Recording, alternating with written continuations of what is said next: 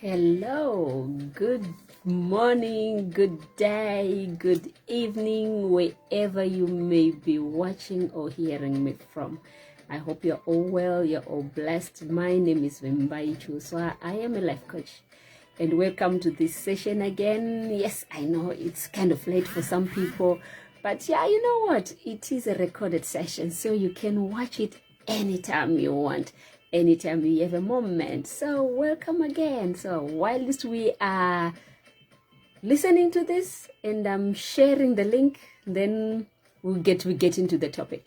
So maybe let's just give you the headline for today. Today we are talking about following your dreams as usual, but the question is, what do you have in your hand? Right? What do you have in your hand or in your hands that can be useful for you while you follow your dream or you follow your dreams? That's our topic today. So while you're holding on that and you're still thinking, and allow me to share the link a few minutes, and at the same time we are listening to Boogie Drums, a song from my brother who is following his own dream, Vinny on One featuring Master Key, and yeah, dreams do come true. Okay, I'll add the volume a little bit.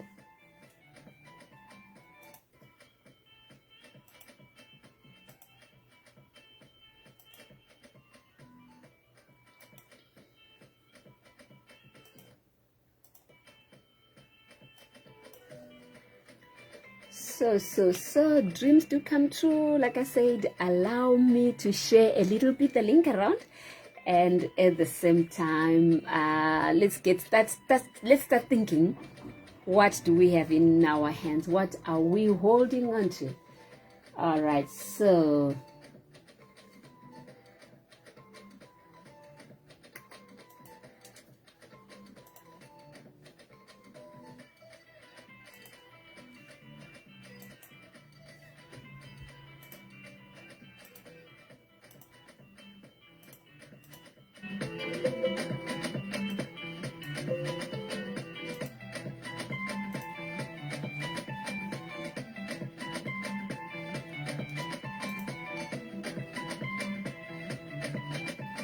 dreams do come true.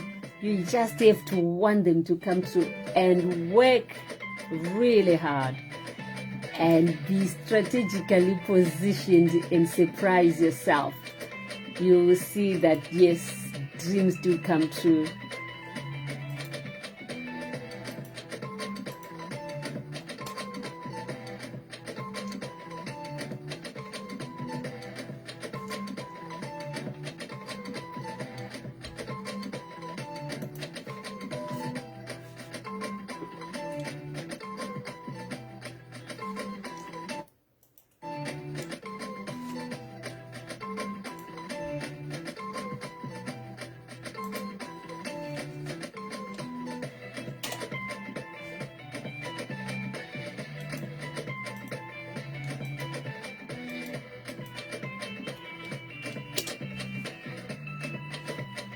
What's going on there?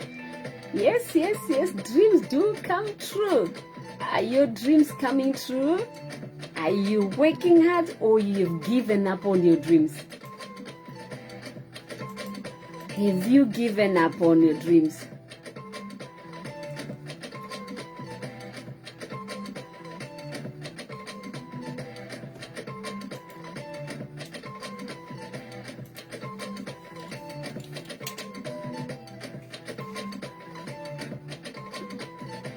Okay. Allow me to share a little bit. Like I said, dreams can come true. This is my brother's dream coming true. He's based in Canada, and he started as a job to say, guys, I want to be a DJ.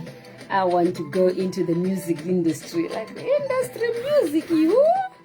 Really? Okay, you know what? It's your dream. It's your dream. Follow it. If that's what you really want, okay, go ahead and do it. You know? And that was music, that was Boogie Drums from Vinny on One featuring Master Key. You see? That's another one of his songs. It's called journey to Africa.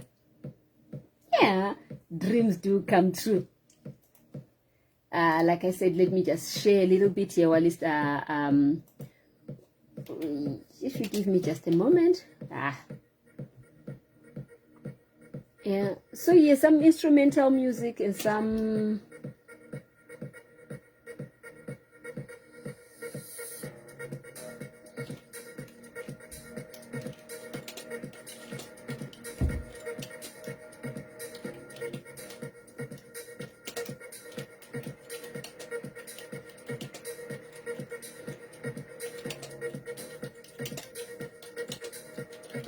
so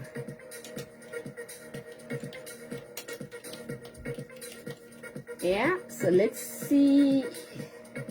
I just share a little bit of this one and then we get started. Whilst we are listening to music from DJ Vinny on one, and this song is called Journey to Africa with Toka.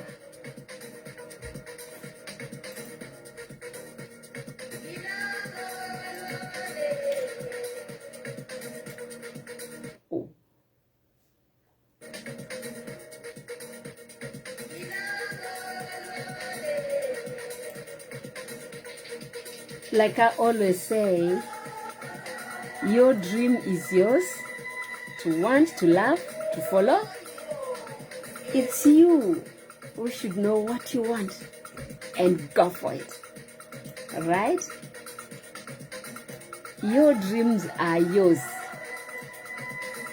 So, they might take long, might be a painful journey, but doesn't change the fact that they are your dreams.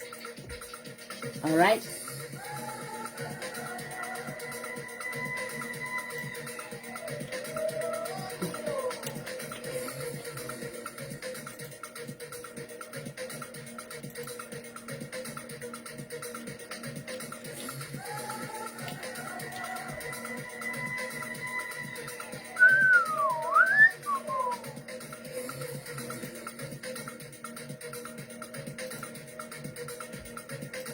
Okay, so let's see.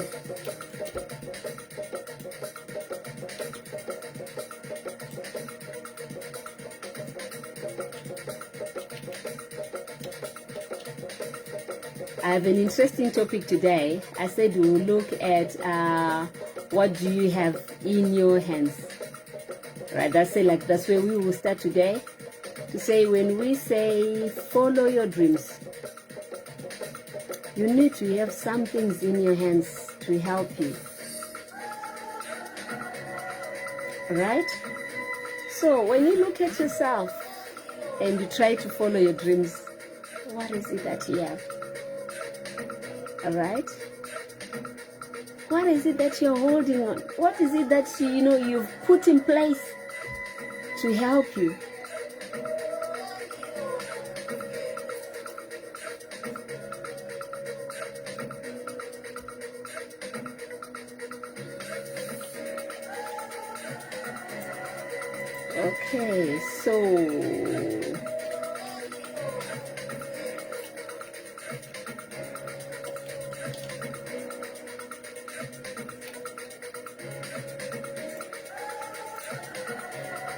Okay, so on a serious note now, let's see. Okay. Alright, so welcome once again. My name is Vimbai Chiwuswa. I am a life coach, and today's topic is we are working on following our dreams as usual, right? And then I decided to ask ourselves, say, so what do we have in position? What do we have? What are we carrying? How are we prepared to follow those dreams? What do we have in our hands? We have big dreams, we have small dreams, we have lots of dreams that we are chasing. But how prepared are we? What do we have in our hands? What is it at our disposal that we can use to follow our dreams? What are we holding on? What do we have? I decided today to say we will use some stories from the Bible. Yes, don't get worried. I'm not going to be preaching, right? I'm taking this on the fact that most of us, or most of the people, did religious education at school, right? Or you passed by a church somewhere, or you heard some of these stories being spoken about or being told, or some of them are songs that we have heard about, right? So don't worry, we are not preaching. I'm not going to ask you to become religious or become Christians or anything whatsoever. These are stories we are just going to use, to help us to get the picture of what I'm trying to drive at, right? So we are going to be using, on today's session, we are going to be using the stories from the Bible to say you are following your dreams. You are on a journey to accomplish what you've always wanted to be, right? Or new dreams that have evolved in your life, right? As you are moving on. But to say, how are you going to do it? And what do you have at your disposal? All right. And what are you going to use? Remember, we always say, as a life coach, I am not here to tell you the answers of how to live your life, but I can help you think outside, I will call it outside the box, or think some things that maybe you didn't think about, or maybe you thought about, but you were not sure if you are ready to embark on, or maybe you were thinking, maybe it might not work. So we are here to say, okay, let's look at those things. What do you have? So our topic today is, you are following your journey. I am following my journey, right? Following our dreams. What is it that I have at my disposal that will help me fulfill my dreams, right? So we are talking of different aspects of things that you should have in your hands. Maybe you didn't, you have them, but you never thought of them as tools that you can use for your journey. Like, my first tool is I talk for a life, right? That's a powerful tool. And I smile a lot. Sometimes if I'm in pain, I can still be smiling, and you won't even know that I'm really in pain, right? And believe me, that smile and the way I talk, that opens doors for me. That's a powerful tool. I don't know if I'm making sense. Like I said, for me, I can sell anything to anybody, especially if I've come to understand what that thing is and what does it do. I will sell it to you and you will buy it. Or even if you don't buy it straight away, you will come back again sometime and say, like, Vimbai, I want that thing. What were you saying? Right? So that's a powerful tool that I have at my disposal, right? So let's look at yourself. Look at yourself and ask yourself, what do you have? I've said, like, my first tool that I know, even if you wake me up, I'm sleeping, and you ask me some of these things that I sell every day, I'll tell you, oh, there's this, there's that. Right? So that's a powerful tool. What do you have? If we look at the Bible, the first story, Moses said, I cannot talk. Right? I am scared. I cannot go there where you want me to go. Go first, Pharaoh, that guy, that way I killed somebody and they ran away. So like, no, don't worry. I'll give you somebody to go with you. I'll give you a mouth to speak for you. So Moses was given his brother Aaron. So like, you tell Aaron what he should say, and Aaron will tell the Pharaoh. So, do we hear something there? Moses has said, my weakness is, he is saying, my weakness is, I cannot talk, I stammer. That's acknowledgement of one's problem, that you know, that I have this problem. So I need a solution for that problem to help me go where I want to go. So, do you know your problem, which is a weakness, that you can say, okay, on this weakness, this could be the solution. Like I said, Moses' problem was he was a stammerer, right? As he was a stammerer, he asked for, he was given, no, she didn't ask for it. He said, I have a problem. My problem is I stammer. right? And God said, you know what? There is a solution. Your solution is your brother will speak for you. I will tell you what to say. You tell your brother would get the message where it's supposed to go.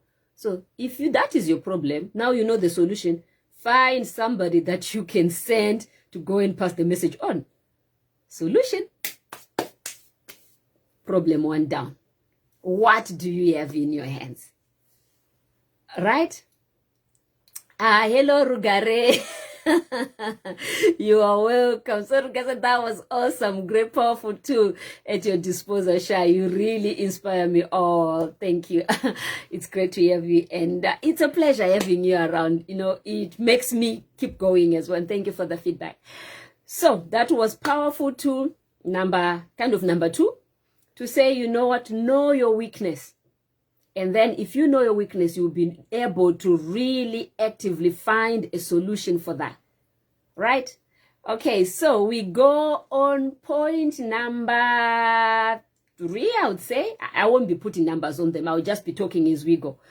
And if you have anything you want to add, as usual, you know, like you can just add it in the messages and then in the chat. I'll read them out. Okay, so I said today is we are looking at what do you have, right? What tools do you have? And then some things don't look like tools. So let's look at the dreamer. Do you still know the story of the dreamer? Joseph the dreamer.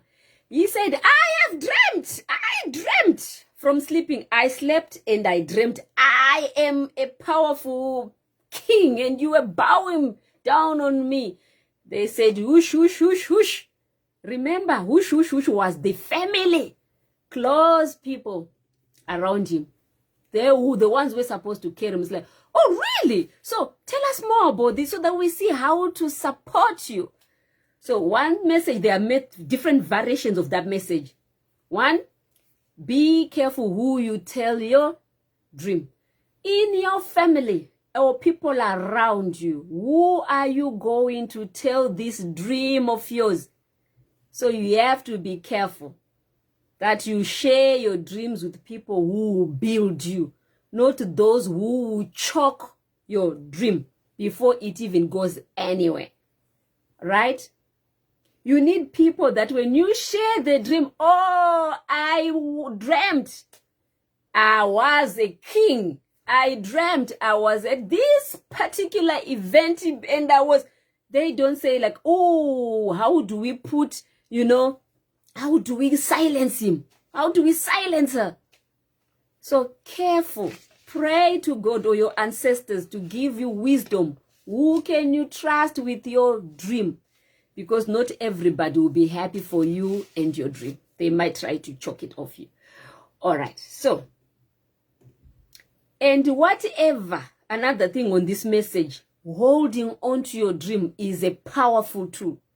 No matter how much you are discouraged, no matter how much somebody tries to switch off this dream of yours, this passion in you that you have on something, no matter who tries to put it out of you, if you really believe in it, if you really want it, like really want that dream to come true, it's your dream, hold on to it. It's your passion, it's yours. Hold on to it and make sure you cultivate it in such a way that it will grow, right? Remember, it is you and your journey. I talk to you who's listening to me to say this is your path that you have decided for yourself, right? And you remember, we are all born differently, right?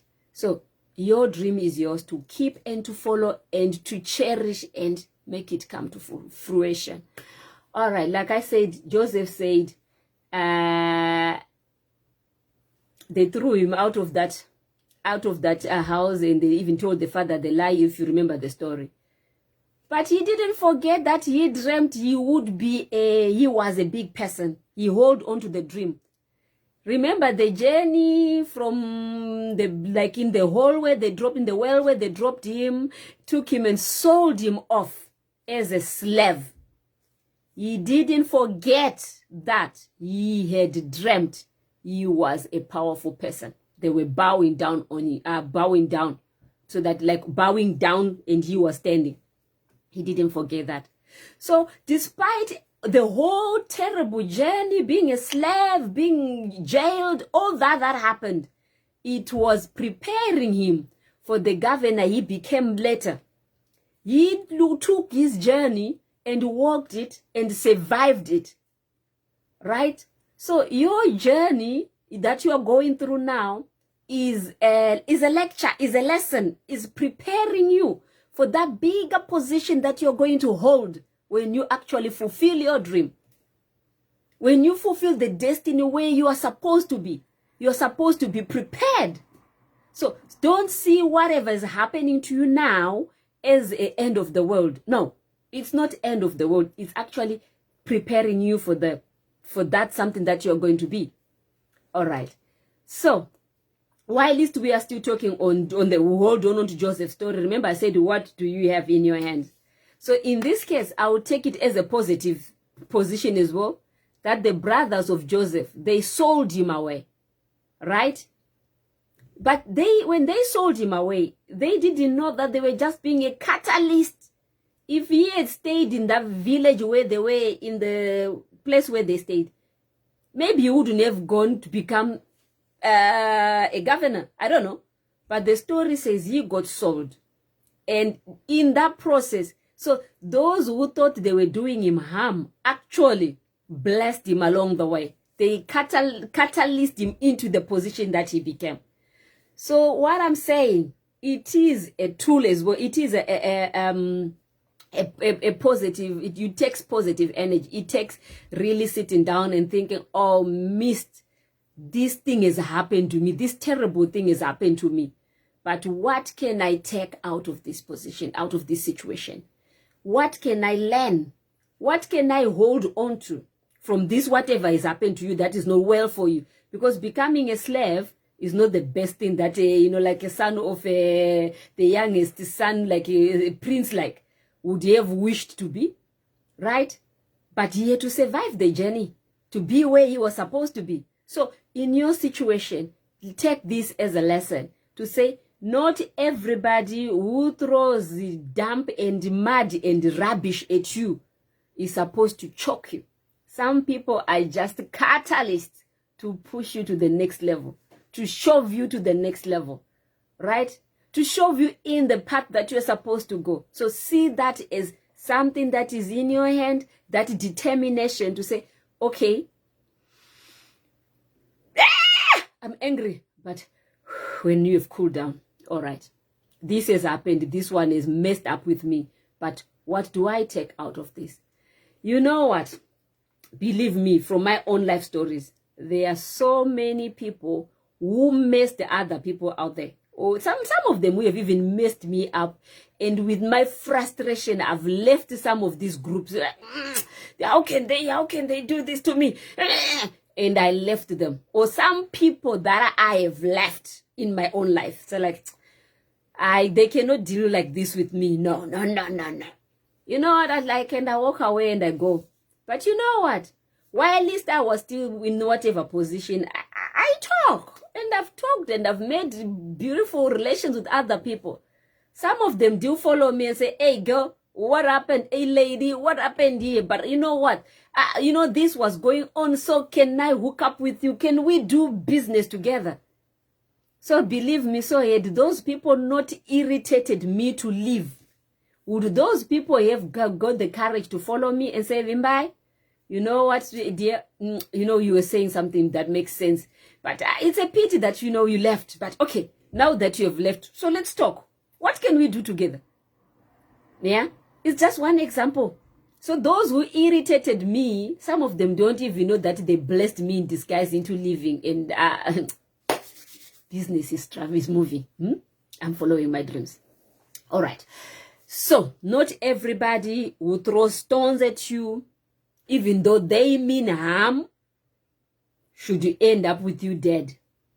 You can turn the situation around. So the tool is in that it's up to you to decide how do you react to whatever has happened to you.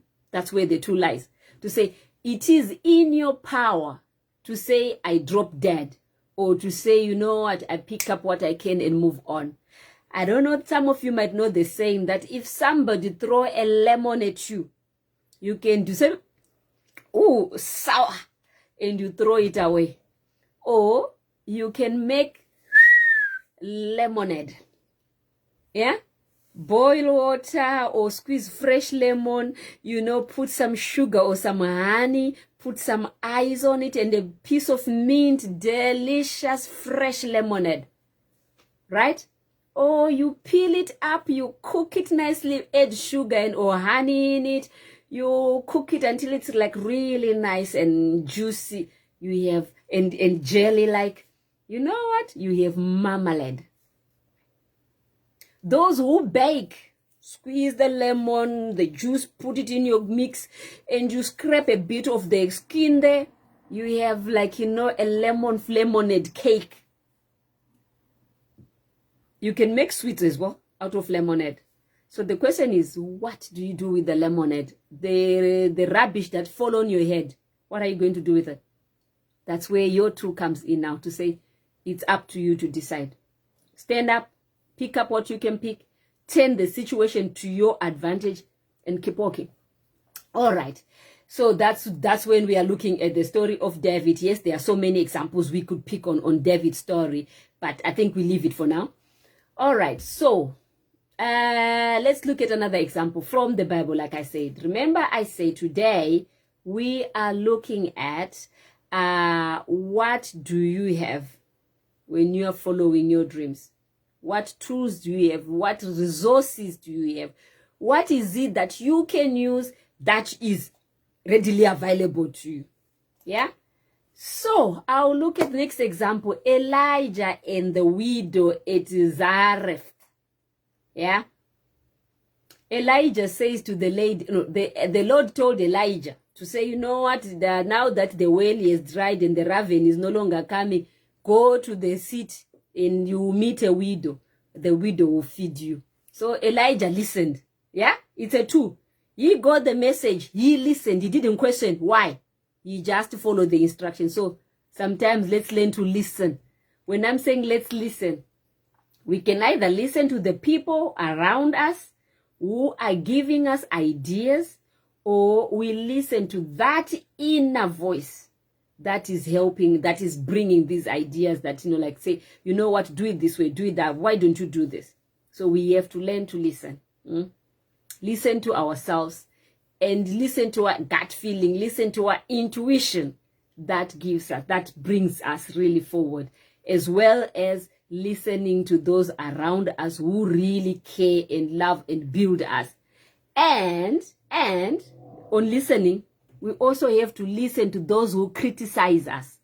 Because some of those who give us like really hefty, like really serious criticism, if we take it and turn it around and use it, that can be a source of growth as well. Right? Sometimes them competitors, they will say nonsense just to irritate us. But if we take that nonsense and turn it around, we can use it to our advantage. So that's when on listening.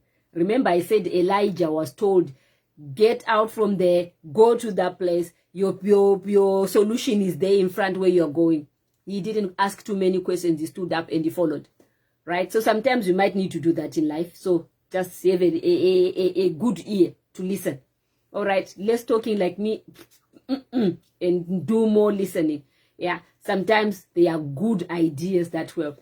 So in this case, what the other interesting story about this part of the position of the story on the Elijah case and the widow, God said, no. Elijah said to the widow, can you get me, may I have some water to drink? And the widow said, okay, I'm bringing water. And then it's like, why at least you are bringing me water? May you bring me some food? And the widow thought, I don't, like, listen to this. Listen to the answer of the widow. As surely as the Lord your God lives, she replied, I do not have any bread, only a handful of flour in a jar, and a little olive oil in a jug. I am gathering a few sticks to take home and make a meal for myself and my son, that we may eat and die. Did you hear that? We only have this little bit for us to eat and die. There is no hope there. She's finished with the life. Given up. She can't think anyway. She's finished. Right. There comes somebody and say, give me that. What you want to eat with your child, you give it to me and I eat. What would have been your reaction if you were this old woman? You don't know this priest, this man of God who has popped up, or this prophet of God who has popped up. Hey, don't get me wrong. I'm not saying here, go and feed all them pastors and give all you have got. No. That's not what I'm saying. I said you have to make your risk assessment. That's what we are talking about here. Here we have a stranger who has come and say, give me that little bit that you've got so that I can eat. And the woman is thinking, yo, give him, a stranger, what I want to eat with my child. I give him to eat. What will we do? What will my child eat and me eat? We are eating one last meal and we die of hunger. And he wants it. But you know what? She did a risk assessment, I think, good or bad, I don't know. But she decided to give the man of God here, the prophet of God here, the bread. She made a fire, like the last firewood, the last oil, and the message was, if you give me, surely with the word of God, it will not dry. You will never starve. It's an investment that you are doing in me. As long as I'm the prophet of God, whatever you are giving me is going to double, is going to multiply. You will never lack. How many promises like that have we had? And I'm one of them. We have fallen prey of some of these foolish people. But the biggest mistake was I didn't do my due diligence. Had I done proper due diligence, I wouldn't have done that, what I did. And it caused me to lose a lot of money. Right. So my thing here, my message here is, as much as the investment is really good and really promising, do your due diligence. Yes, the woman of God, like, she followed the intuition, right? She took the investment that she had. That's like, what does she have in her hand? She invested the little bit that she had. That's the message. She invested the little bit that she had to get more. So now I'm saying to you, there are so many people who come to me and say, oh, I'm hungry, I'm starving, I have nothing, can you help me? And I always ask them, what do you have? Oh, I have nothing. So if you have nothing, how do you want me to help you? If you have nothing, you just like you are hopeless. What do you want me to do with you? What do I do with the hopeless person? The same applies to the next person. You will go and say, please help me. I have nothing. How do you want somebody to help you when you have nothing? You are just like saying, you know what, I'm as good as dead, I've got no hope. And what is the guarantee for this person that you are asking you to help you, to say if they help you, some returns will come back to the investment they might put on you? If you already yourself, you've given up on your life and you say, I have nothing, I don't know what to do with myself.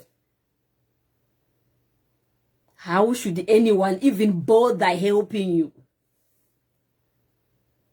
Let's think when we go to other people and say, you know what, can you help me? You know, the lady said, this is the last bit that I have. So she is willing to invest that last bit that she's got.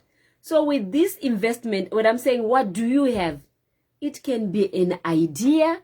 It can be some seeds. It can be, you know, it can be the knowledge that you have. What is it that you have yourself? Imagine you are a father, you are a mother, You have your own family. You are coming to me to say, Vimbai, help me, my hands. You have your hands up like I don't have anything. Why should I help you? Of course, yes, you have made an effort to come and ask. But then give me something to work with that I can say, okay, if you say I have 5 seeds, I can say, okay, 5 seeds of what? What can we do with those seeds?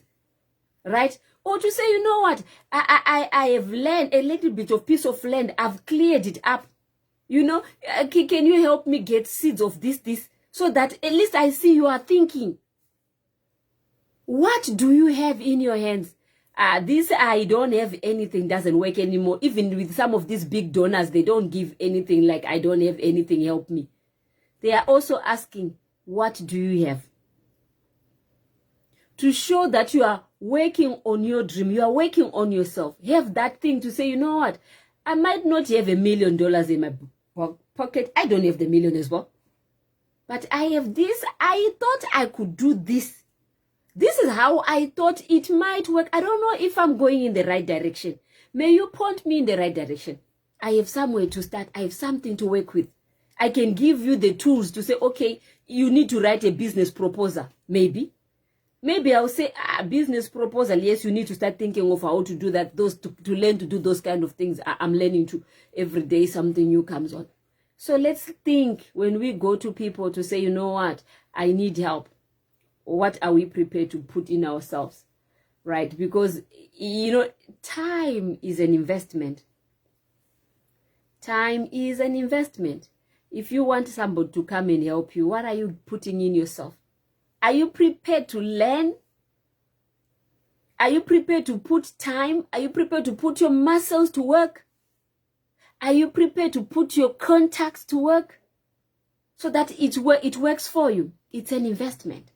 Right, so what do you have in your hands? So let's see. From the story of Elijah, it goes on to say, because of the little bit that the lady put in, the old lady put in, the widow put in, so not the old lady, the widow put in, the jar of flour was never used up, and the oil never ran dry. They ended up selling more and made more bread, and they were selling, and they didn't starve to death, and they became business people. That's entrepreneurship. So they became ready to work, and they became, you know, like they were doing something, right? Okay, so that's on the lady. So what do you have in your hands? What are you carrying in your hands? Let's look at this one. One of my classic one is to say, it continues on the story, I don't have anything. Please help me, I don't have anything. I know we touched on the story of Moses at the beginning. So, here we go, again with back to Moses. Moses said, you know, you are sending me to go to talk to those powerful people. And what if they don't believe me?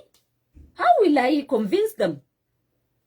The Lord said, what do you have in your hands? Right? What do you have in your hands? He said, I'm carrying a stick. And the Lord said, throw the stick down. Whoosh, the stick became a snake. And he jumped and ran away from his stick. Right? That is a resource. What are you holding in your hands that you can use? What is it that you have in your hands that can be used? Let's take a moment to say we are following our dreams. What do we have in our hands? What are we holding? Moses was carrying a stick. A stick became a tool. And if we look at the story of Moses, we will see that this stick, the walking stick, when it became a snake, whoosh, whoosh, it turned around when he picked up using the tail. It became a stick again. Right? When you go to the Jordan River there, he hit the ocean with the stick, or the sea with the stick, and the ocean went opened. So the stick he's carrying, the ordinary walking stick, is becoming a tool to use. At one time, it's becoming magic. It's becoming a snake. and to show them. The magicians of the pharaohs, they made their own snakes and they were eaten. So your tool that you have in your hand might look similar to other people's tools, other people's walking sticks, just like Moses' walking stick was general, was a walking stick like everybody. But when it became the contest of the walking sticks, or snakes from walking sticks, his stick was more powerful than the other. So don't take for granted what you have. Your tool is your own. It might be more powerful than you can ever think of, or than you are ever thinking of. All right? So, pardon me, I just looked at a comment that is something else. Anyway, okay, sorry about that. So that's what you're talking about. Your tool, believe in yourself. Honestly, believe in yourself and the tools that God has given you, or your ancestors, if you believe in your ancestors, or God, whatever God you believe in. We are all born with our own sticks in our hands, like Moses was given his own. Moses' walking stick became something else. So are we prepared to use? He could have gone, you remember there's a time when Moses also doubted his own stick. He doubted his own tools and he was punished for that. Because he was supposed to hit somewhere once and he went double. So like, you did not listen to instruction. The instructions was he hit once and you went on and hit twice. So let's get to know our tools in our hands and use them appropriately, right? Our tools are ours. They are unique to us. And we have to perfection them so that they work better for us and make us stand out. Like I said, my best tool is my mouth. Yeah? That's my best tool. I can talk. I can talk. Yeah? So the way I will talk, you won't match me. Even though you are a professor something and I'm not a professor, I'm just me. I might beat you to the game of talking because I will talk it the way I want to talk it, the way that is unique to me. So you discover what is that tool that you have. Okay? So of course it's talking plus a bit of intelligence and a bit of thinking, a bit of reading and combining things that make my tool become my own one, special to me. Right? So what is your tool? What do you have in your hands? Right? Let me see. Do I have another one to this? No, to the tools. There are more examples. Like I said, I'm just picking a few ones so that we have an idea. I hope it's making sense what I'm saying. All right. Let me see. Another one. Classic example. Jesus fed people, 5,000 people. No, not people. Jesus fed 5,000, many people, multitudes, about 5,000 men. And we are counting men because those days women were not counted. Women and children were not counted. So we can assume that the number was even bigger than 5,000, right? Listen to this. Jesus said, let them go. The disciples said, Jesus, let these people go. And they can go and buy food for themselves. They're like, no. We don't send them away. You give them food. Like, oh, but we don't have anything. Like, oh, what do you have? Like, we only have 5 loaves of bread and 5 fish. Right? No, 5 loaves of bread and 2 loaves of fish, 2 fish. Jesus says, bring them here. And prayed, miracle happened. They all ate and they couldn't even finish. They could have made doggy bags to take home with them. You see, this example tallies with the other one that we had before, with Elijah and the widow, right? They had something to put on the table. They disciples gathered among them something I thought I remembered the story that there was a little boy with the 5 loaves of bread and fish. But now I think maybe it was too long ago that I read the story. Now I'm reading. You know, I tried to check where did the fish come from and where did the loaves of the 5 loaves and the 2 fish came from. You know, but I remember in my head there was the story of a young boy.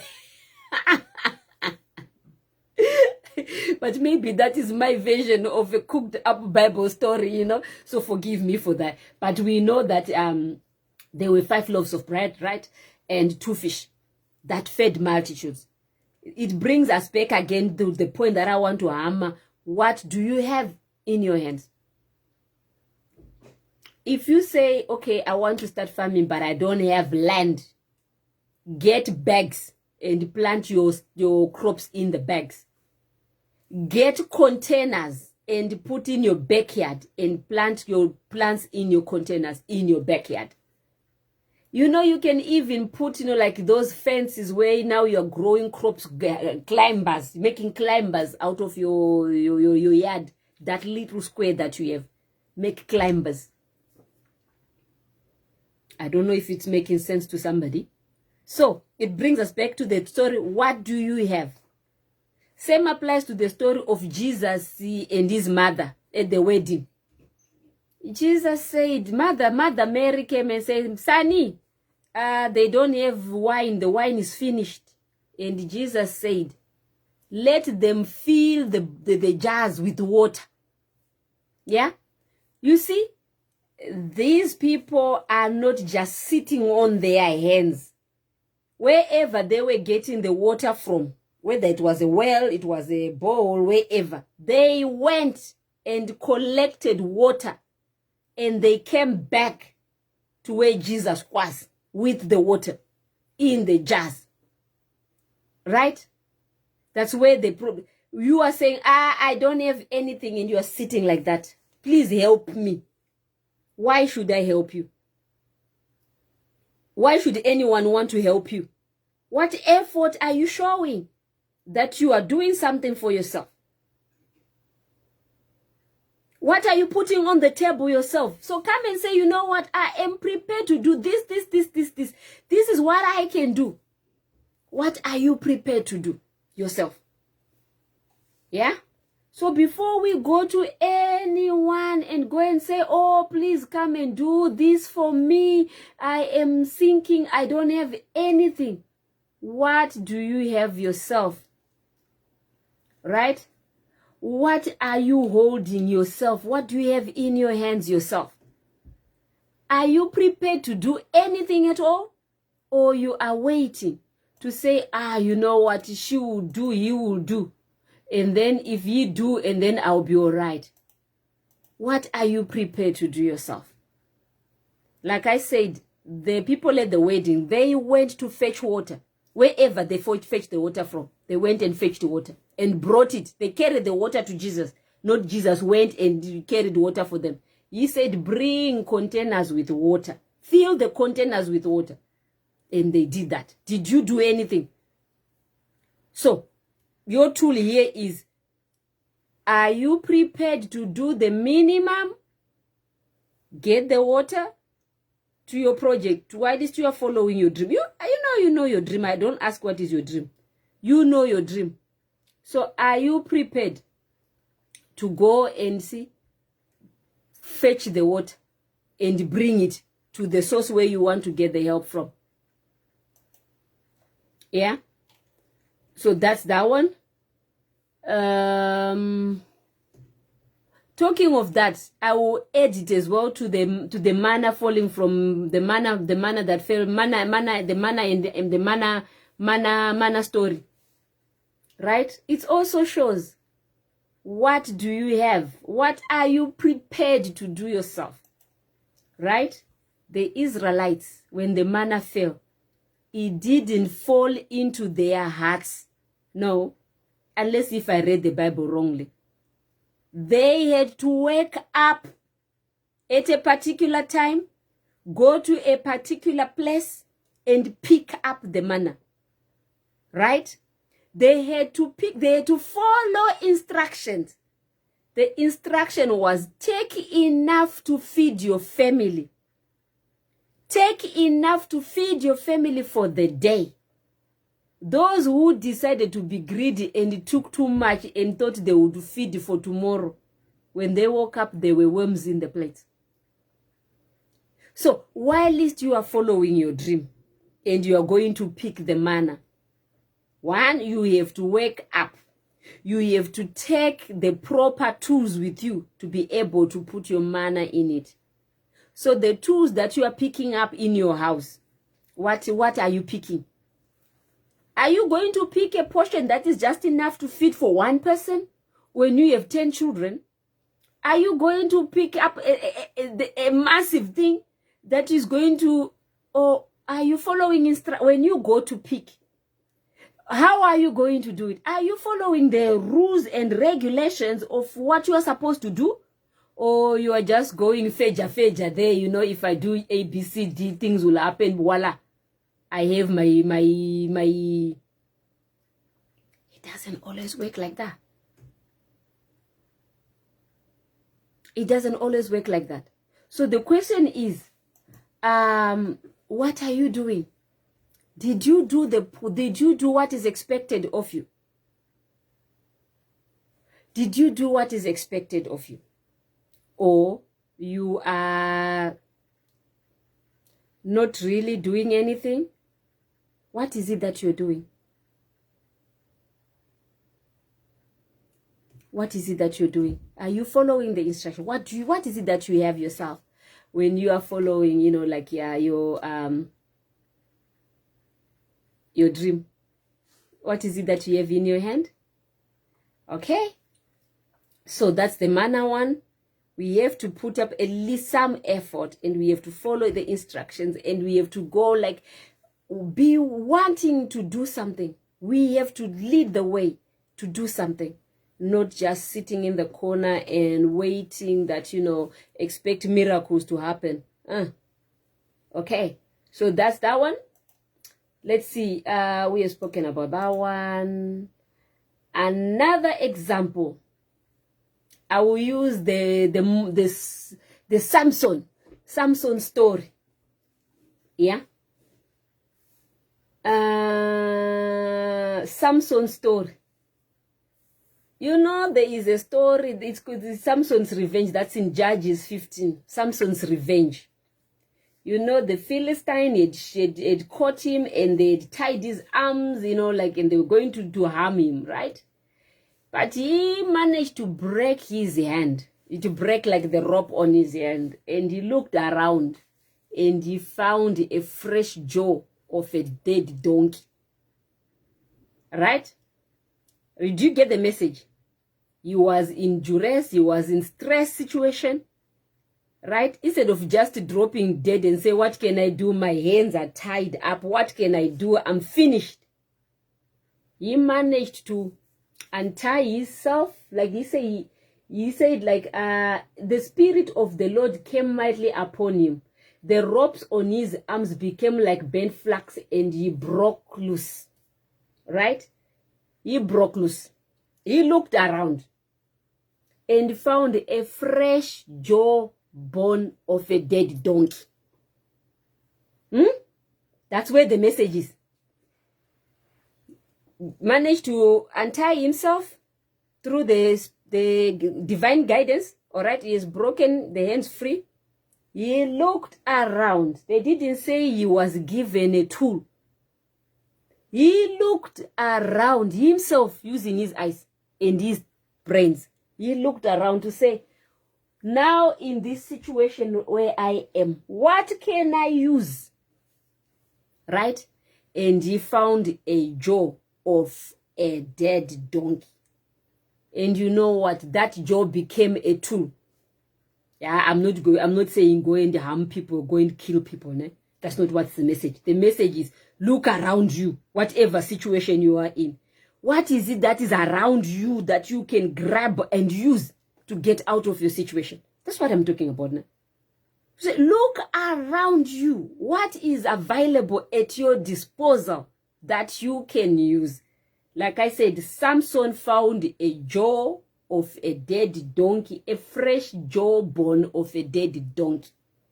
That's what he used to slaughter them. Them people who were, you know, like tying him. He slaughtered them.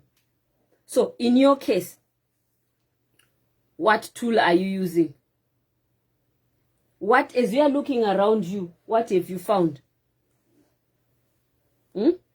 I said today we are looking at the stories of the Bible and using them in our case to say how can we apply this to our stories, to our cases, as we are building ourselves, as we are building our dreams, as we are doing. And you know, like in this case, a tool that you are looking at, it can be, you know,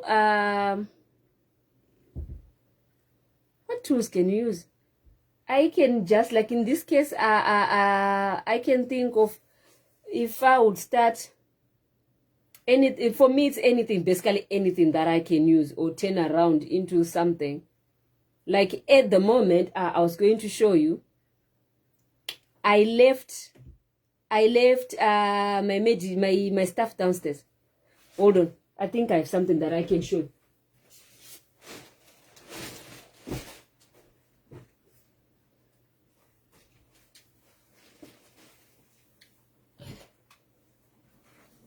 Look at this. I remember something that I can show. You know, these last days, I've been working so hard with a friend of mine to say, you know what, we want to start our own products, and we are going to do, you know, kind of business. And look at that. I made this myself. It's my hair food from Moringa. Right, so what tools did I use? I looked around and say, okay, I know most of, because I've started keeping my hair natural, and I want to create my own line of hair foods with a friend of mine, or our line of hair foods, and you know, like using superfoods. So now, to create the first product, what do I have in my house? Hold on, I have to get some more stuff to show you.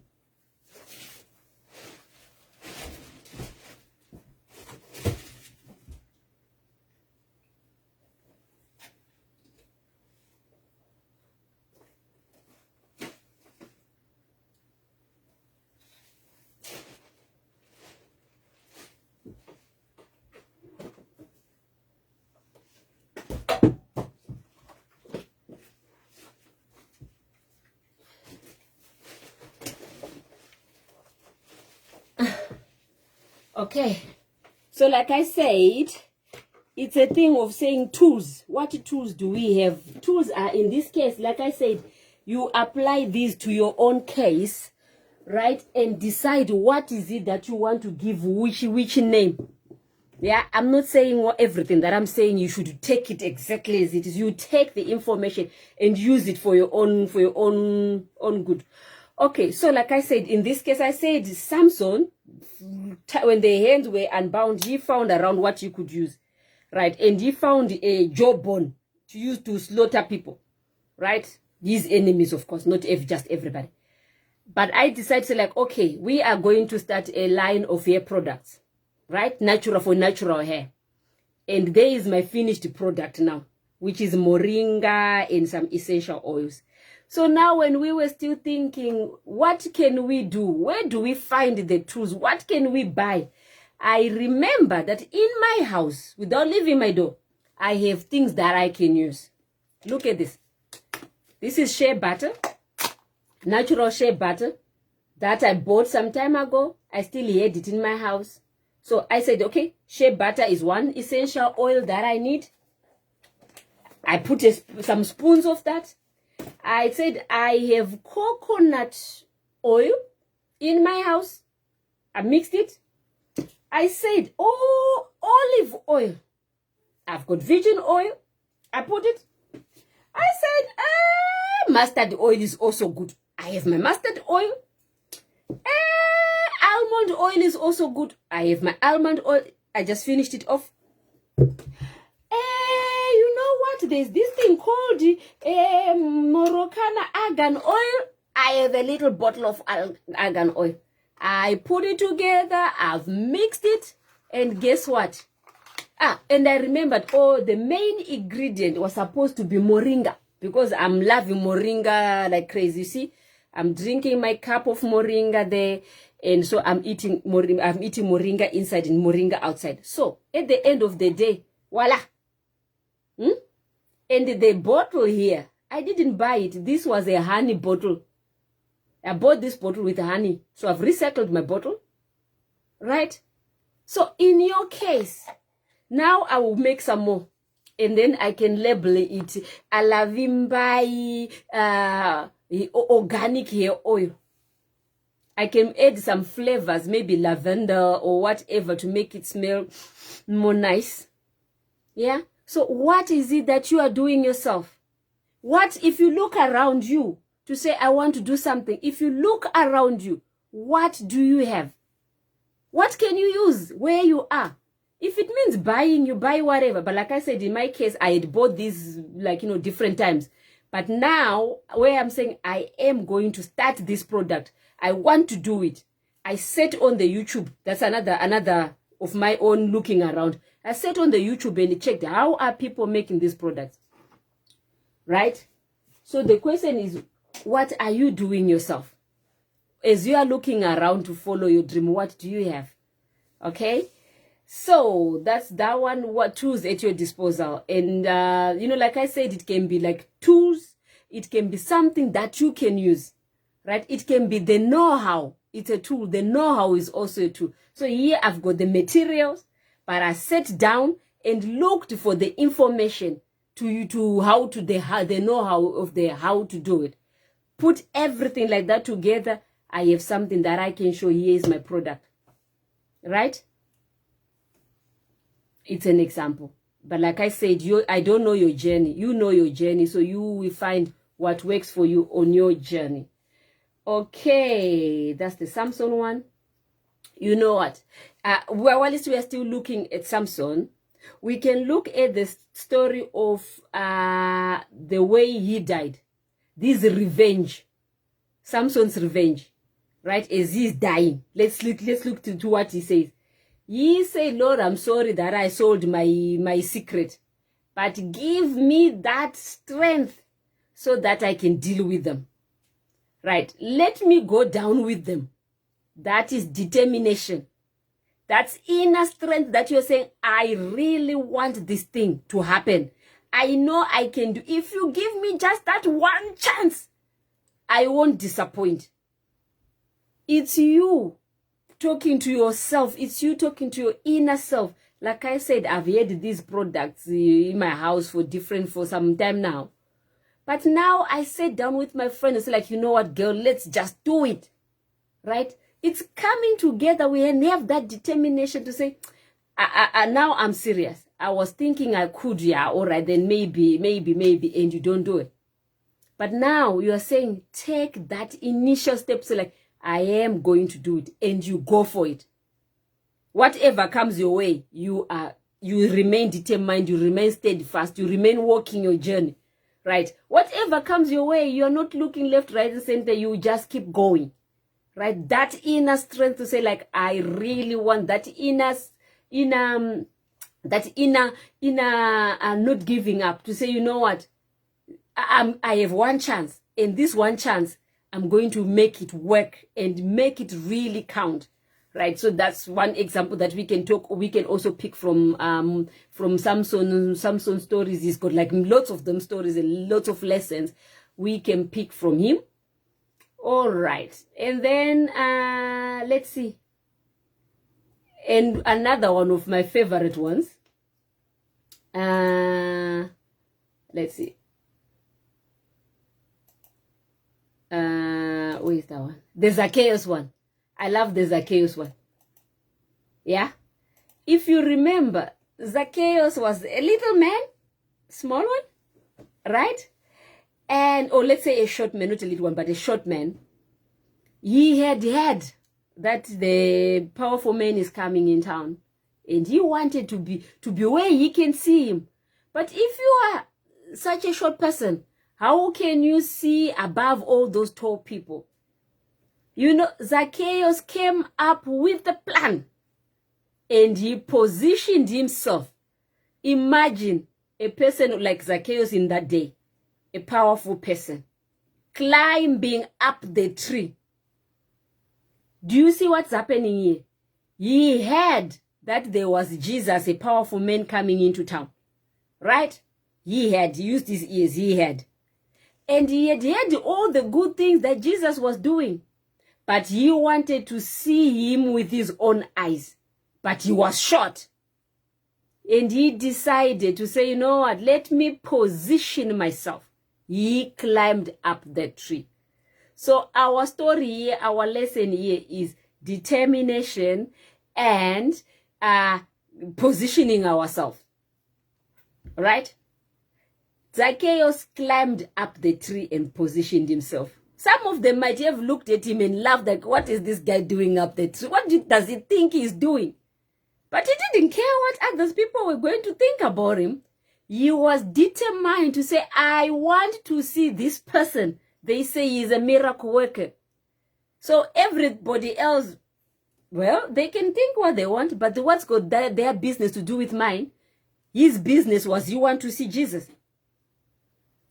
Right? So position yourself. Let's position ourselves in the right place.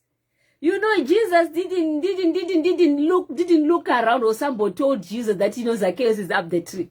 The story says, listen to this. The story says that Luke 19 verse 1, this verses 1 to 10. When Jesus, so like, listen. So Jesus, Zacchaeus, a man there by the name Zacchaeus, he was a chief tax collector and was wealthy. He wanted to see Jesus, but because he was a short, he could not see over the crowd. So he ran ahead. You hear? He ran ahead of the multitude, right? And he climbed the sycamore fig tree to see him, since Jesus was coming that way. You hear what I'm talking about? He knew they are coming this way, and he ran ahead of them and positioned himself.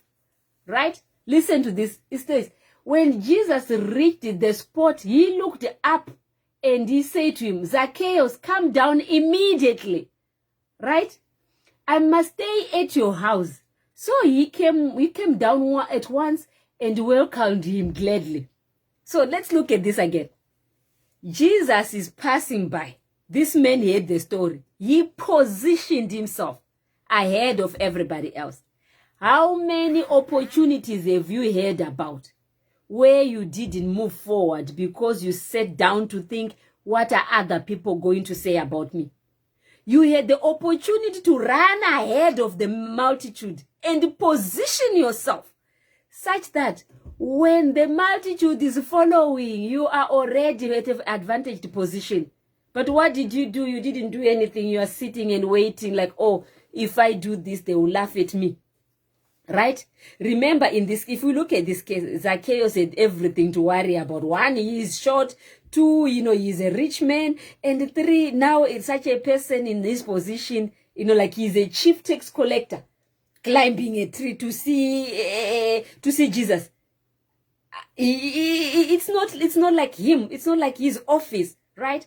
But he didn't care what everybody was going to think about him. He was just determined of what he wanted, right? Remember, I'm not saying do things that harm others because we are being selfish for once and thinking about ourselves. We are saying let's position ourselves. Let's put ourselves in position that benefits us, right? So in this case, we have Zacchaeus, you know, like up the tree, and Jesus was passing by, happens to look up and see the man on up the tree. They're like, come on, mate, I'm going to your feast in your house. Imagine all those who were laughing. Now they want to become friends with Zacchaeus so that they can go into his house and feast with Jesus. Right? So, like I said, the story here is not about like we becoming all Christians or we becoming, you know, it's about the idea, the story behind. That's what we are looking at. and the lesson we learn from that, that's what we are picking on, all right? Like I said, I'm not trying to make anybody a Christian here. I'm just using the stories from the Bible because it's easier to see, all right? Okay, so now once again, I'm a Christian, so it's natural for me. But like I said, I'm not trying to convert anybody. Listen to the lessons and take those lessons and use them in your own way. To say, position yourself, right? Position yourself in a place where that can be advantageous for you. You hear something that you see there is potential. Don't just brush it off because somebody else is not believing in it. If you really believe in whatever you have had and you've done your research to show you that, there is a potential there, put your foot on it. Position yourself in such a way that it will be advantageous for you. All right, so that's the story here. Because when the fruits come, believe me, all those people who were looking at you like you are a fool will be the first people who will come and share with you and say congratulations and even pretend they were supporting you all the way, right? So this is really important to say, you know what? Don't just wait for other people to carry you, but take the initiative yourself. You have the dream, right? You have the dream. You have heard of this opportunity. You are not going to just sit and wait. You are going to take the initiative. Make a research. Find out what's happening. Find out what's happening. Find the pros and the contras. Find out the big players and the small players. Find out the competitors in this thing that you are this journey that you are going in. Know the ins and outs of this, and then position yourself. All right? And then once you do that, you will find that by, like I said, like as the opportunities unfold, you will be at an advantageous position. That some people will start wondering, how did you get there? How come you didn't tell us? But where were we when you were doing that? And then you will be marveling at them like, oh guys, but how come I told you? But when this thing happened, you can even go in your phones and check, say, look, this is the information. But I told you. Like, but you didn't tell us properly to make us really understand. They didn't understand. Okay, it's all right. They didn't understand. But who's to blame? You will be benefiting from that positioning. Okay, so positioning yourself, believe me, pays off. Like really big time, it pays off. So don't worry about people not understanding you. Don't worry about people looking at you in a funny way, like, you don't know what you're doing. Don't worry about that. Just position yourself. It pays. It really does pay. All right. Let's look at another story. Okay. Talking of people who position themselves as well, we have two other stories to that. Let's see. Yeah, talking of two, I'll give you the story of Queen Esther. Yeah, I'll give you the story of Queen Esther.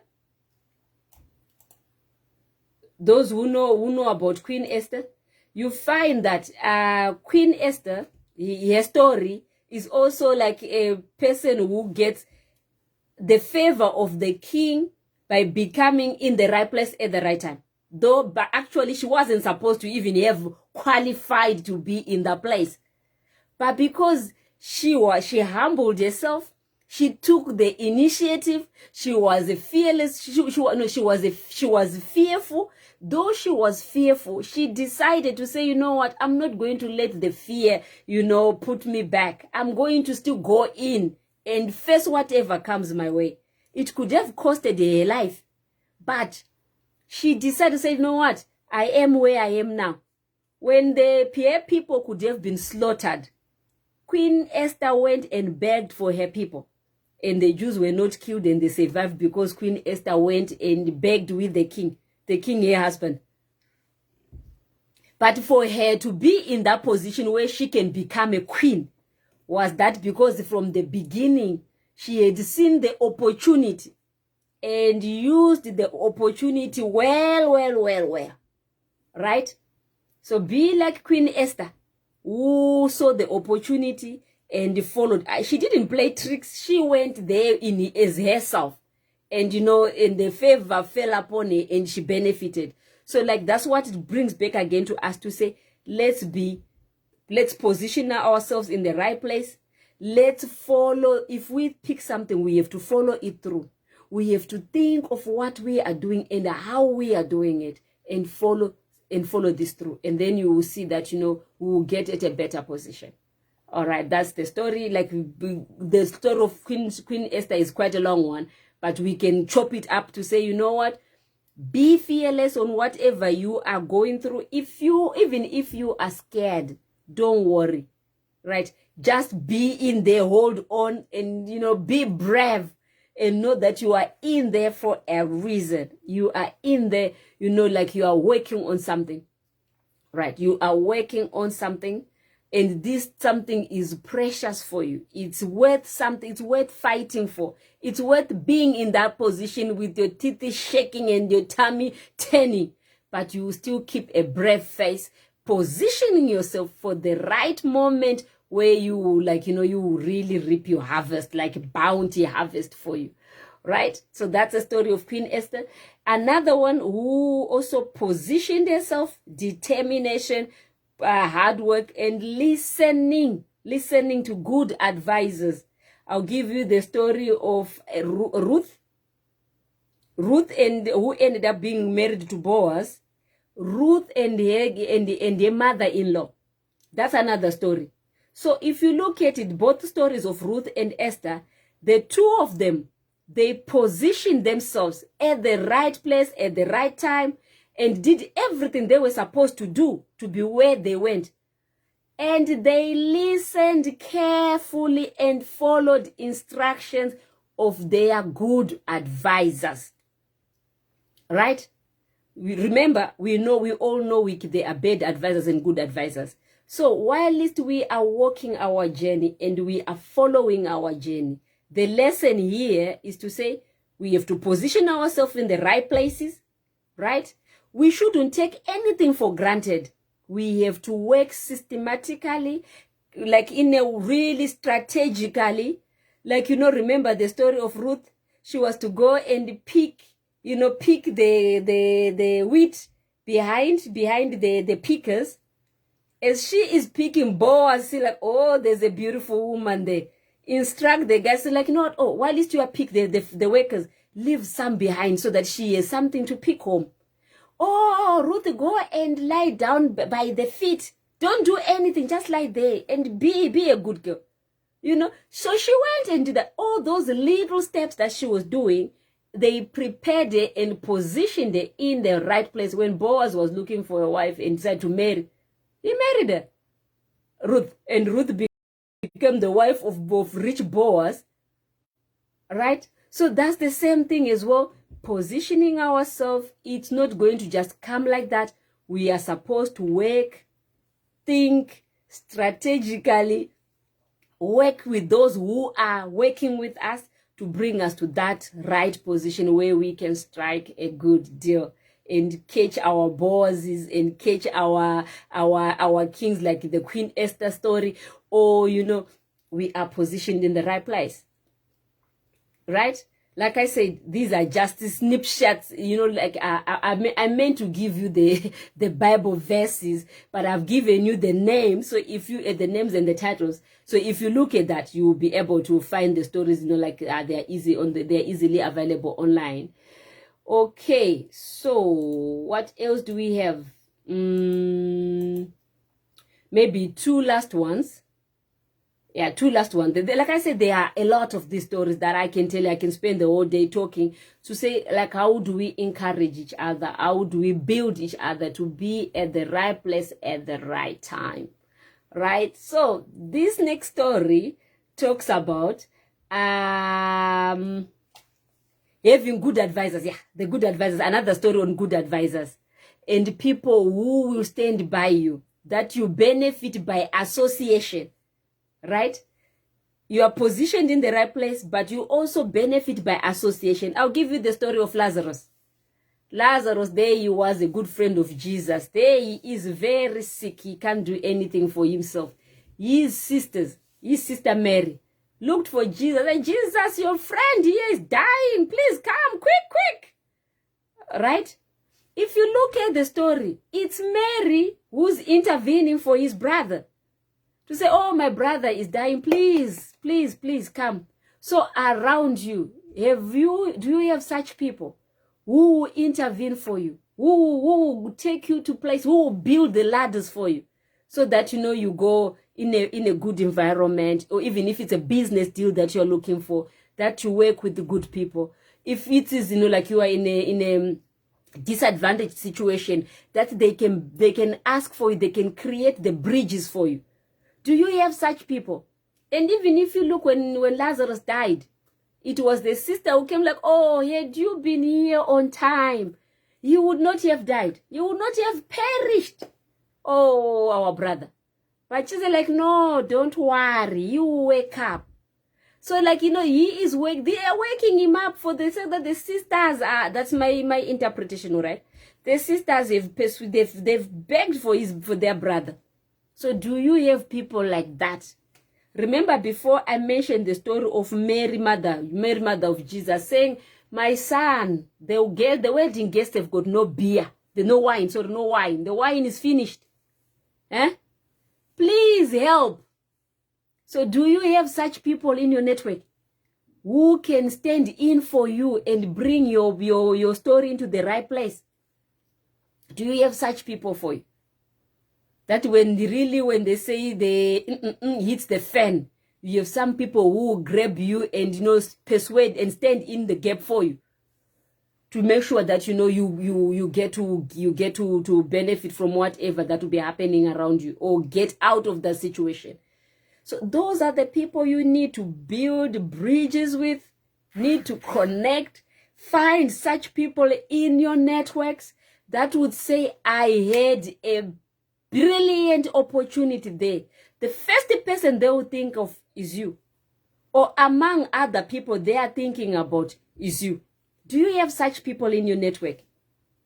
If you don't have such people, then something is wrong.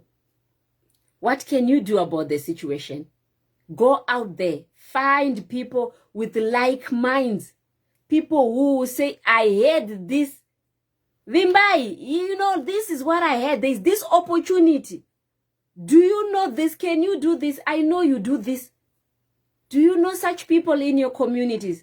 Do you have such people in your network that if they hear anything, honestly, the first person you are among the first people they will call when they hear business opportunity?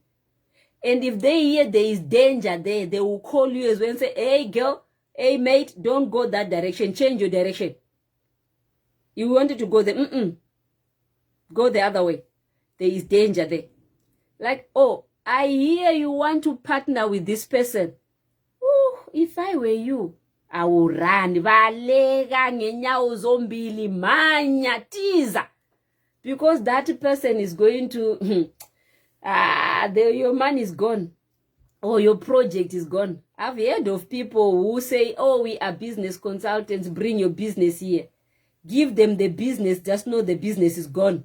The next thing you hear, the person is doing that same business with their names on it. Right? There are people like that. So the question is, do you have people in your network that you can work with and that will keep an eye on each other and help each other? If no, see that you start looking for such networks. Okay, so that benefit from that. Okay, so like I said, yeah, that's a good one to say. Let's build networks. But the way when we talk of networks don't just build themselves. It's hard work. You have to groom, you have to work hard, you have to create the networks, you have to preserve the networks, you have to do something for them, right? To have those functional networks, right? You can't just be seen when you need something you just pop up on people's phones and inboxes and messages. when you want them to work for you or they want something from them. That's not how you do business or how you build connections. You really have to put something, you invest time, right? You have to check on them as well. If you hear something that will benefit them, you give them, and they can decide, do they want to keep the deal or not, or are they interested or not. You can give them that choice.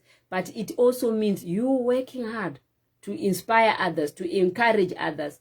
Okay? So connections is a two-way. It's not just take. You being give me, and you give nothing back.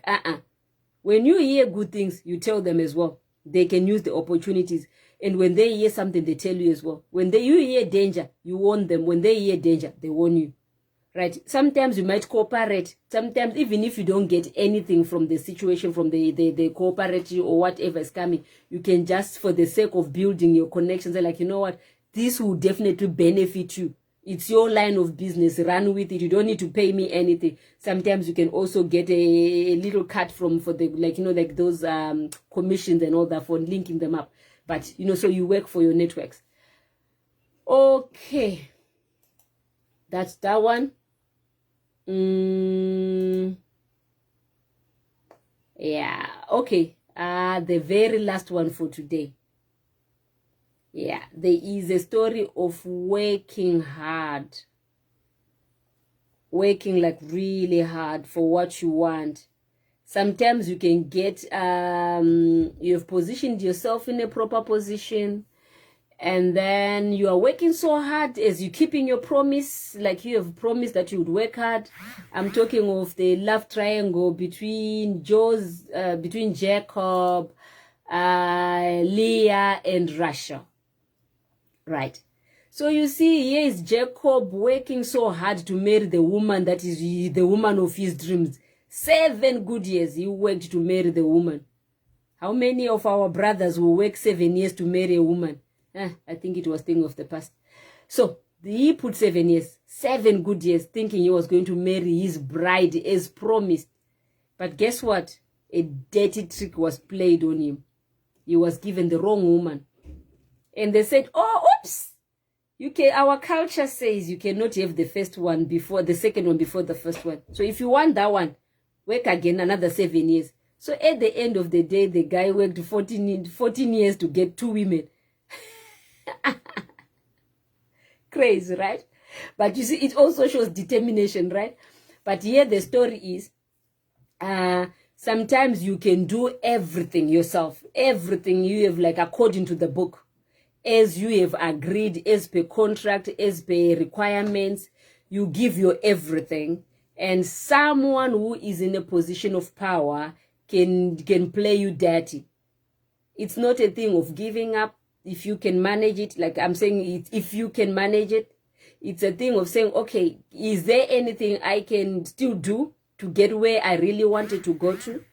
And then if you can, then work hard again, and then to get where you wanted to go. You don't have to give up your dream for somebody because somebody played you dirty. Because believe me, there are so many people who are out there to play dirty on others. Like I gave the other example just before, a few minutes ago, to say I know of people who submitted their projects to business, to some connectors, like, oh, connect me to this. By the time they heard the project was being implemented in the name of the person who took the project to go and represent it somewhere. Right? So those things happen. But if that happens to you, please don't give up your dream because somebody's played dirty on you. Right? Restart, go back to your drawing board, re-strategize.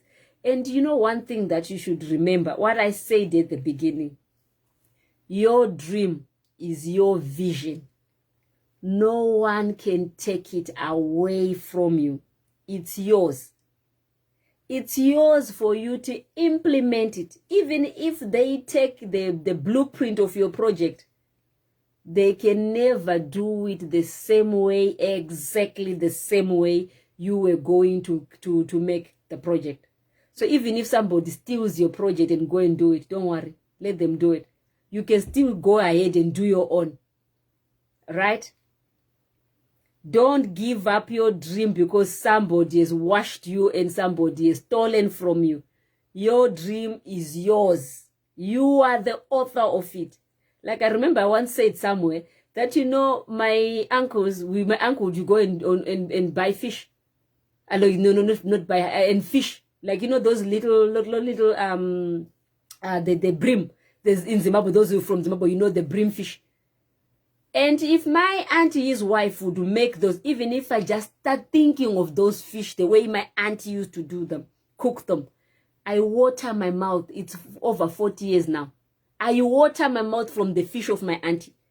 And if those same fish, same fresh fish, the uncle split into like this mom, the my guru and the my nini both get the same pieces of same shares, go and prepare for their families, they would never taste the same.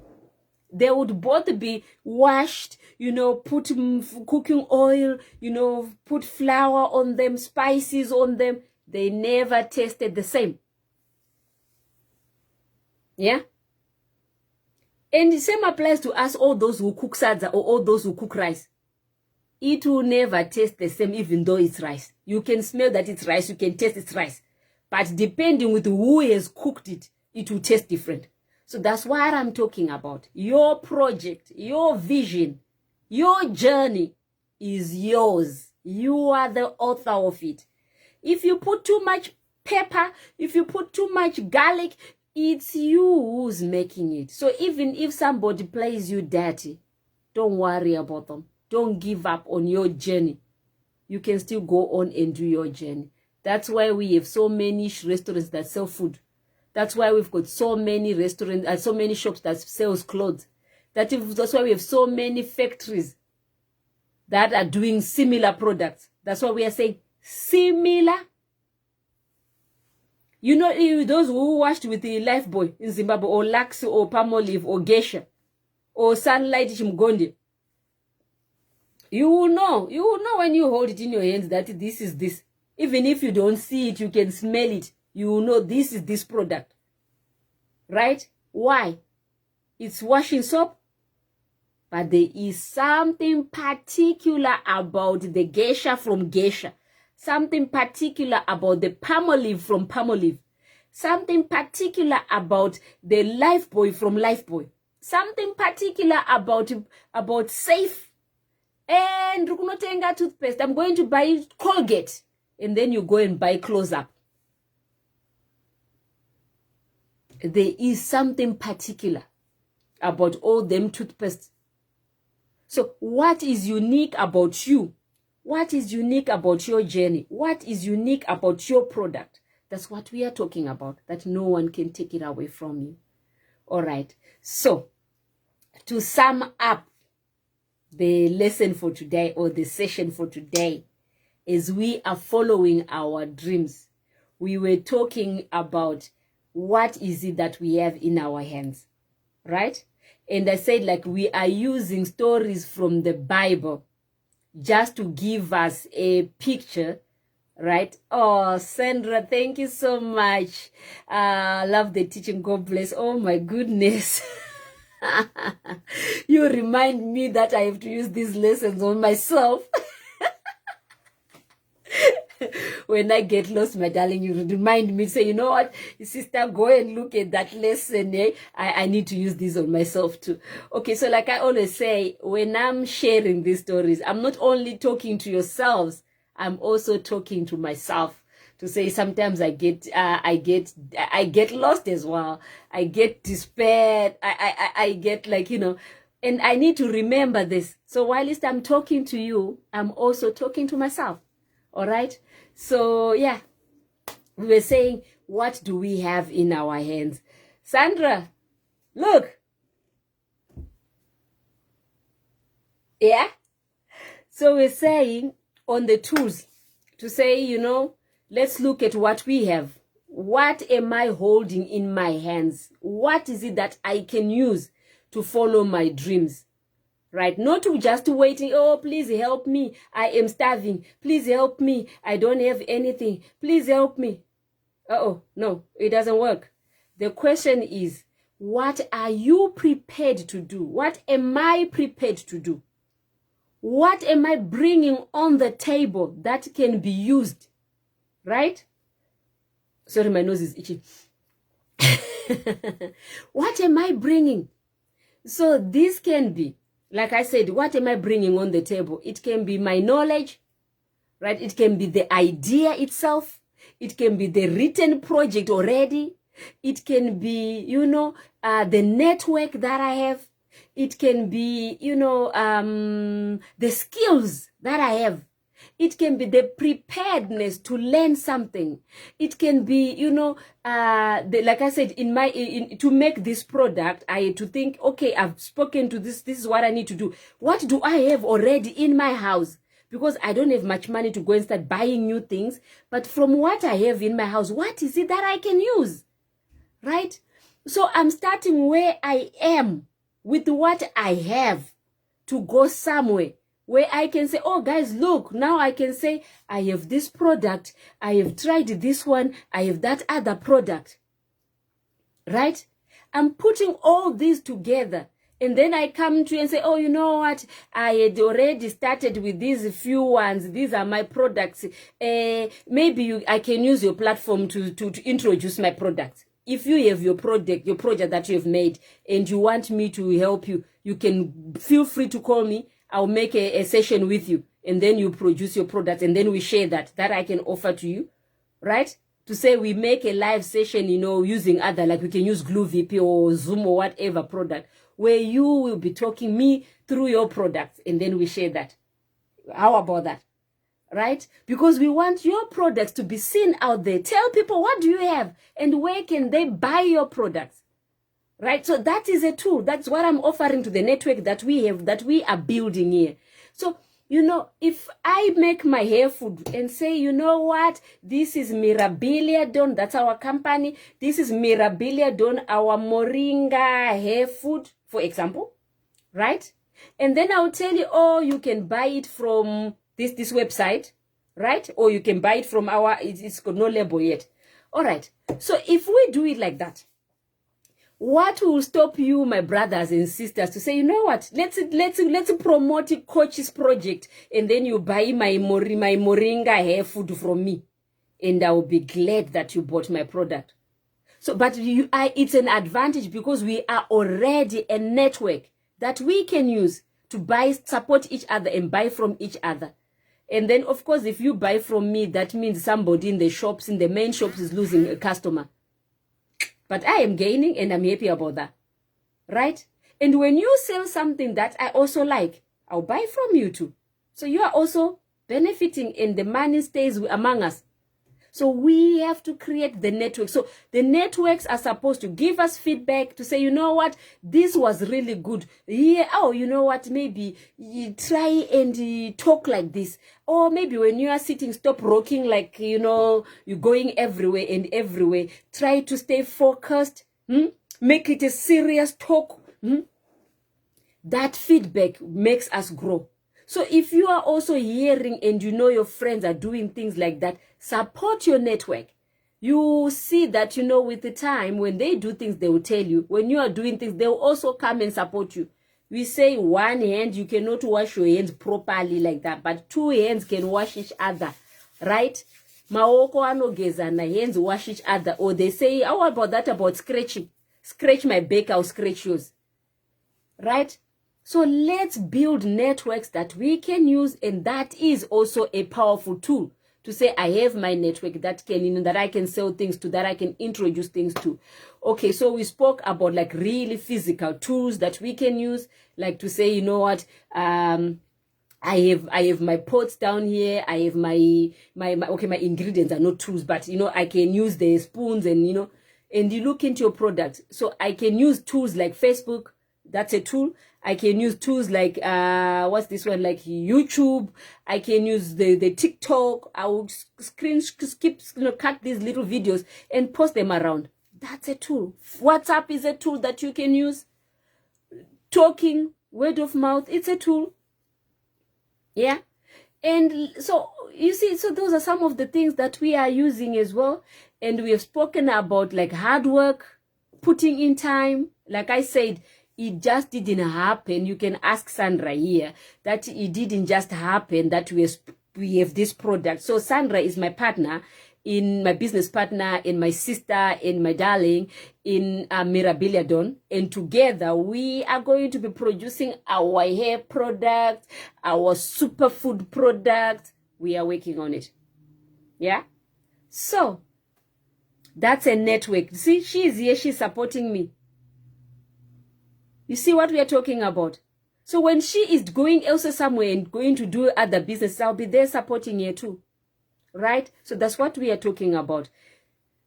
What else did I? So determination, hardworking, investing the time. So I was going to say, for you to see this product here in my hand, it just didn't happen. Oh, by the way, we have moringa capsules. We have made our moringa capsules. As an example, I don't have the capsules here. I've already sent the share that I had. But you know what? We sat down. We invested time to learn to prepare those moringa capsules. Now we are selling moringa capsules. So you are in Europe, you are anywhere in Africa, you want moringa capsules, talk to us. Yeah, but it's what we are talking about. We looked for the skills, how to do it. We looked for the right equipment to do it. We looked for the right ingredients to do it.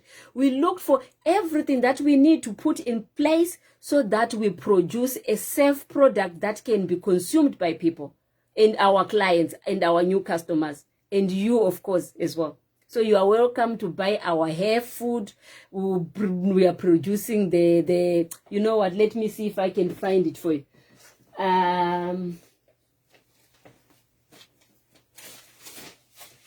You see, it's now wrinkled.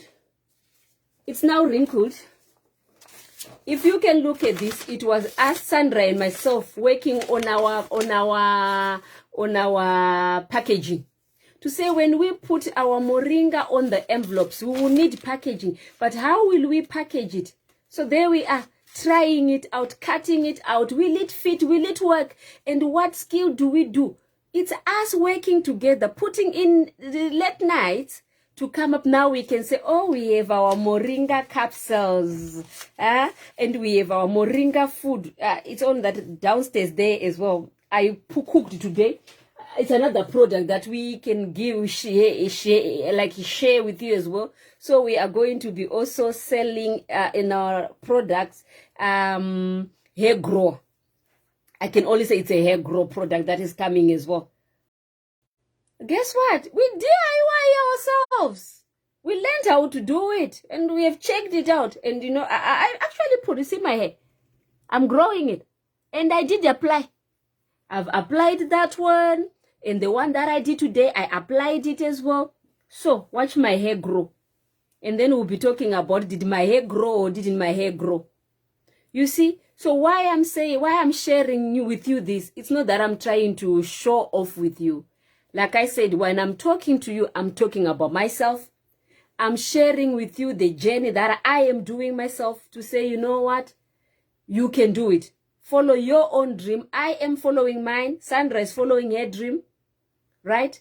And we are walking this journey. At the end of this year, we are coming back to say, voila, look, this is what we achieved. Already we are talking of capsules. Right?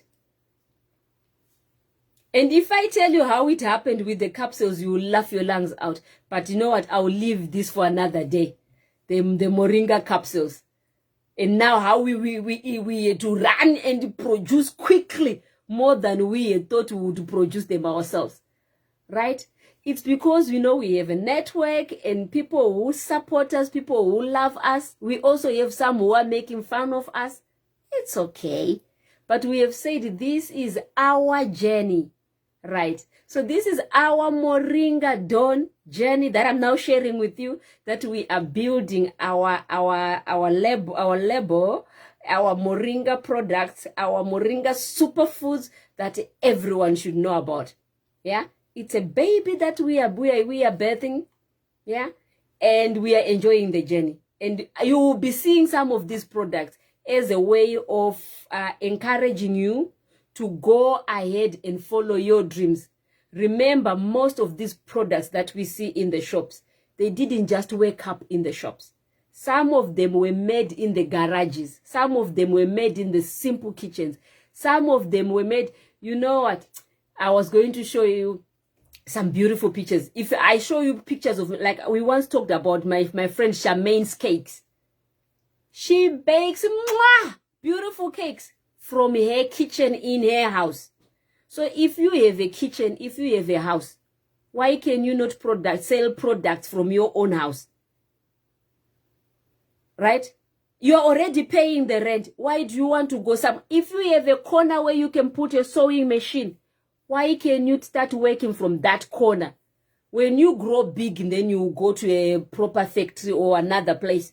But until then, let's start where we are today. Let's use what we have today. It starts with us, that determination that I want to do this. This is my dream, right? I am going to walk this journey. It will be painful. It will be, sometimes don't even have the money, but you are determined to say, I am going to walk this journey. That's what we are talking about. You know, most of, like I've got a investor friend of mine, a multimillionaire, for like really big projects. You know what he says? He says, Vimbai, I do big projects. Bring any big projects. I will do it for you. I'll for your clients, I will sort it out for them. But they have to bring 10% for projects. His minimum amount is 50 million. So like, you know what, you have to bring 10% of 50 million if your project is less than 1 billion. Your initial investment is less than 1 billion. Bring 50% of 50 million. You know what I'm talking about? For big projects, like really big projects. Okay? He said one thing. I am not Father Christmas. You know, people come to me and say they want funding for projects.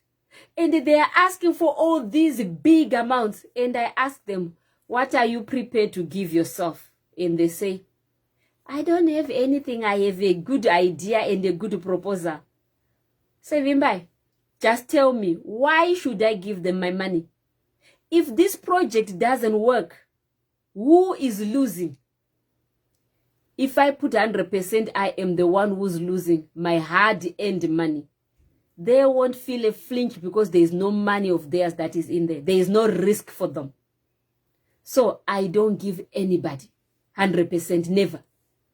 And if your project is over 1 billion, bring 5%, I'll give you the 95%.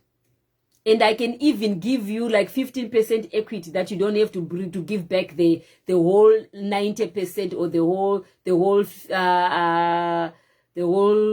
95%. You can even cut down to 15% less.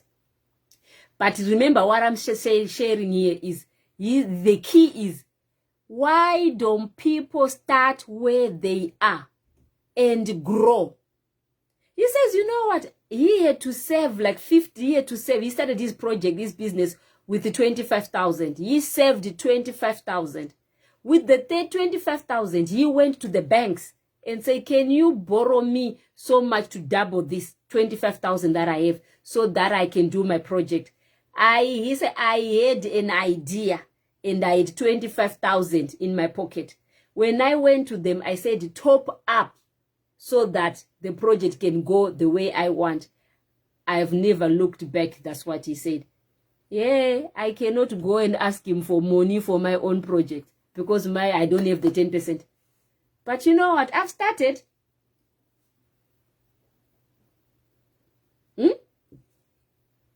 I've started farming as well. From my own little savings, I'm started farming. Ask Sandra, she will tell you, we are farming with Sandra. We live in the UK, we are farming in Zimbabwe. Crazy idea, ne? How can we farm where we don't see, where we don't know, where we are not there? But we have taken a leap of faith to say, this is where we want to go. We want to be this, we want to be producers of superfoods. Right? Check it out, what is a superfood? Some of you people have been eating superfoods and you don't even know that they are superfoods. Look up pawpaws, look up moringa, look up baobab fruits, look up what else, amarula, look up, I can give you a list. Just look them up and see what are those things. What do they do? Look up muriwo green ma veggie, you know, like the veggie. Look them up and see what do they do in our bodies. We have been eating them or we don't know anything about them. Look up kagu, African chewing gum, gorontola. English version of it is gorontola. Look them up and see what you can do with those things. And then start thinking, you know, I'm sharing information, I know. I'm even talking too much, I know. But why I'm saying this is for us to start thinking outside the usual Golontula or snot apple. Exactly, Sandra. Thank you for that. So why I'm sharing this with you is that so that you know what is happening and what is around you.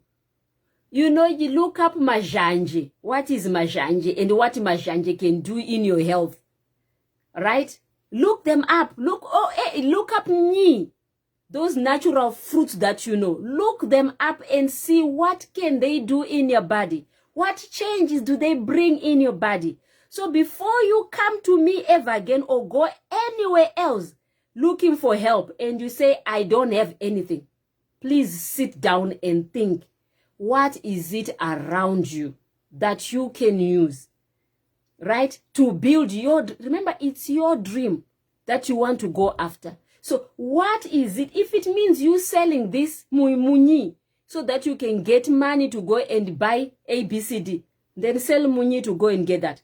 If it means you going into your field, farm onions, so that you raise a little bit to increase and start farming other trees, do that.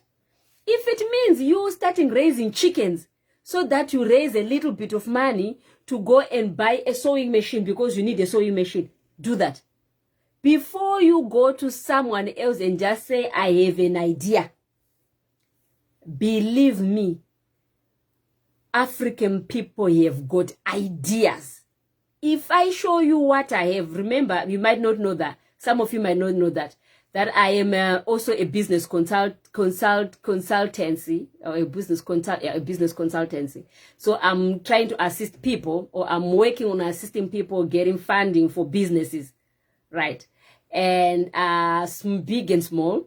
But don't come to me coming and telling me I have got my project and I've got nothing, because there's nothing I can do with you.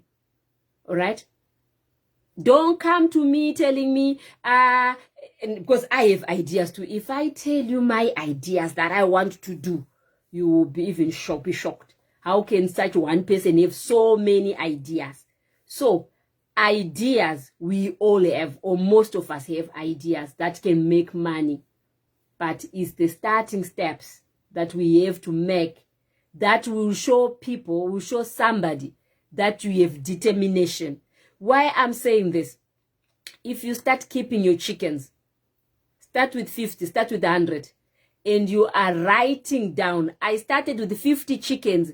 I had to put so much, to buy so much, I bought so much, and then you are creating a record that you can show, a portfolio that you can show when you go to say, okay, now I am here.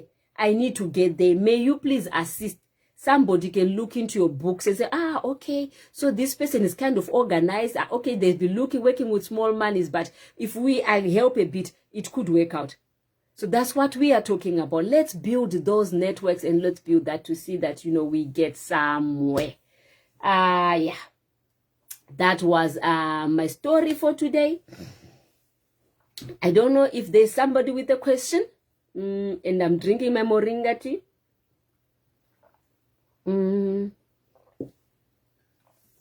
So, I think that was it for me for today. All right. With our topic, let's use what we have. What do you have in your hands? What do you have in your area? When you put your hands on the ground and start touching, what can you find that you can use to your advantage? What can you use in your networks? All that. Let's put all that information together and use it use it to our advantage, and use that information to build our dreams. Remember, like I said, this information is for you who is listening and for me who is talking, so that I remind myself what is it that I want to do. I remind myself, where am I going? I remind myself, come on, move. You were sleeping too long. Yeah. While I'm telling you this, or I'm informing you, I'm also encouraging myself as well. Say, oh, okay, if you can go and talk about this, how come you're not using for yourself? So I'm reminding myself as well while I'm talking to you. All right. And I hope by the end of this year, we will have a few nice dreams to talk about, a few nice stories to share, to say, look, this is where we are now. So yeah. Thank you once again. Thank you, Sandra. Thank you, everybody, for watching and following. And I don't see any questions for me or any more comments for me. I don't see any such. So I think we can close our meeting for today. Right? And I'll come back again with another juicy lesson and another juicy encouragement for us. All right? Yeah, thank you. Oh, I forgot to say, my name is Vimbai Chiwuswa. Please subscribe to my YouTube channel, Life Coach Vimbai Chiwuswa, and that would be great.